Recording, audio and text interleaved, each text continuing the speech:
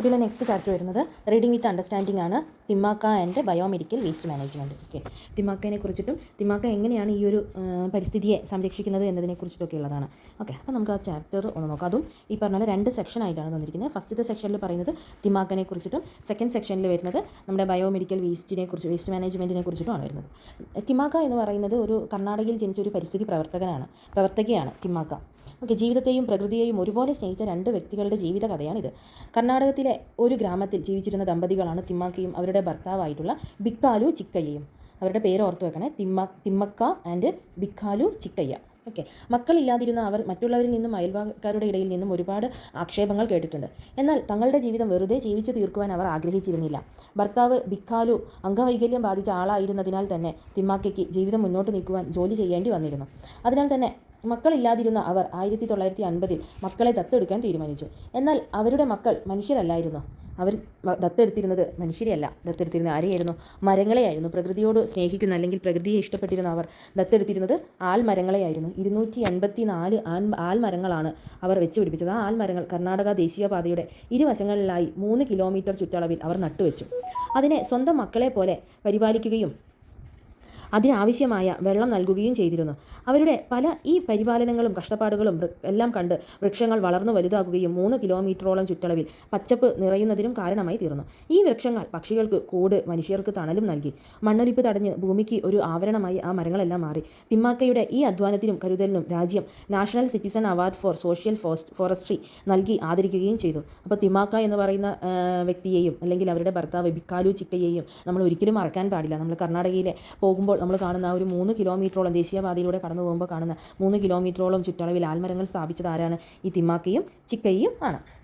Next സെക്ഷനാണ് biomedical waste management. അതെങ്ങനെയാണെന്ന്. Okay, അതിനെക്കുറിച്ച് നോക്കാം. രണ്ടും പരിസ്ഥിതിയുമായിട്ട് ബന്ധപ്പെട്ടുള്ള കാര്യങ്ങളാണല്ലേ, അതുകൊണ്ടാണ് രണ്ടും ഒരു ചാപ്റ്ററിൽ തന്നെ 2 സെക്ഷനായിട്ട് കൊടുത്തിരിക്കുന്നത് കേട്ടോ.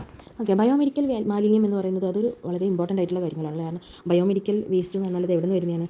ചില ക്ലിനിക്കുകൾ അല്ലെങ്കിൽ ആശുപത്രികളിൽ നിന്നെല്ലാം വരുന്ന മാലിന്യങ്ങളാണ് അല്ലേ. അനാറ്റമിക്കലായിട്ടുള്ള മാലിന്യങ്ങളുണ്ടാകും. സിറിഞ്ച്, പഞ്ഞി, തുണികൾ അല്ലെങ്കിൽ ഗ്ലൗസ് എന്നിവയൊക്കെ അതിൽ ഉൾപ്പെടും. ഇത്തരത്തിലുള്ള ജൈവ മാലിന്യങ്ങൾ ഗുരുതരമായ ആരോഗ്യ പ്രശ്നങ്ങളും ഉണ്ടാക്കുന്നതാണ്. പ്രകൃതിക്ക് തന്നെ അത് ഭീഷണിയാണ്. മനുഷ്യന് മാത്രമല്ല അത് ഭീഷണിയാവുന്നത്, പ്രകൃതിക്കും പരിസ്ഥിതിക്കും എല്ലാം ഭീഷണിയാണ്. മാലിന്യങ്ങൾ ശേഖരിക്കുന്നവർ, പ്രത്യേകിച്ചും കുട്ടികൾ, ഹെപ്പറ്റൈറ്റിസ് പോലെയുള്ള, അതായത് ഹെപ്പറ്റൈറ്റിസ് എന്ന് പറഞ്ഞാൽ എന്താണ്? മഞ്ഞപ്പിത്തം പോലെയുള്ള മാരകമായ വൈറസ് രോഗങ്ങൾക്ക് ഇരയാകുന്നുണ്ട്.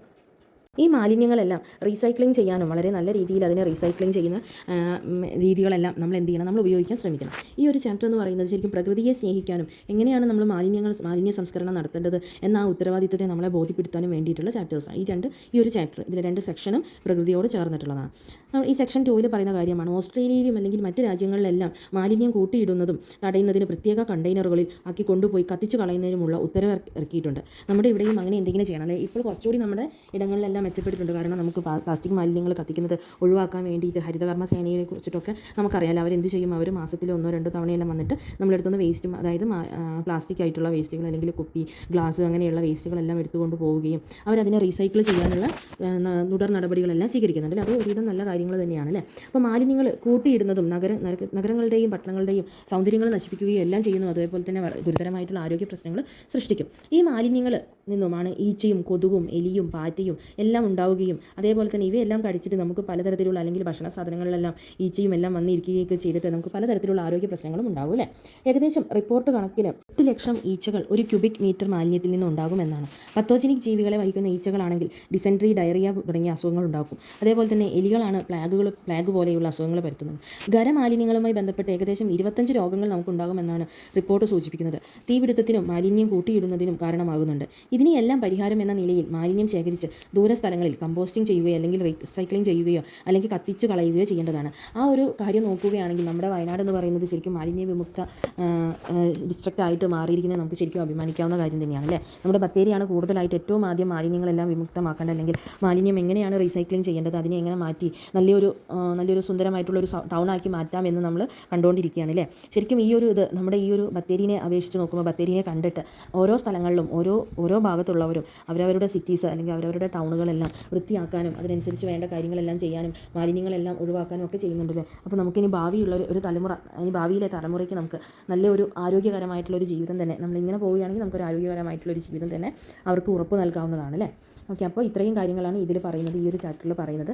പിന്നെ ഇതിൽ എന്താണ് ഓരോ നമ്മൾ പറഞ്ഞിരിക്കുന്ന ഫസ്റ്റ് പറഞ്ഞിരിക്കുന്ന സെക്ഷനും രണ്ടാമത് പറഞ്ഞിരിക്കുന്ന സെക്ഷനും എല്ലാം ഇമ്പോർട്ടൻ്റ് ആണ്. ക്വസ്റ്റ്യൻസ് ഇതിൽ ഇമ്പോർട്ടൻ്റ് ആയിട്ടുള്ള വരുന്ന questions: how does solid waste affect urban areas?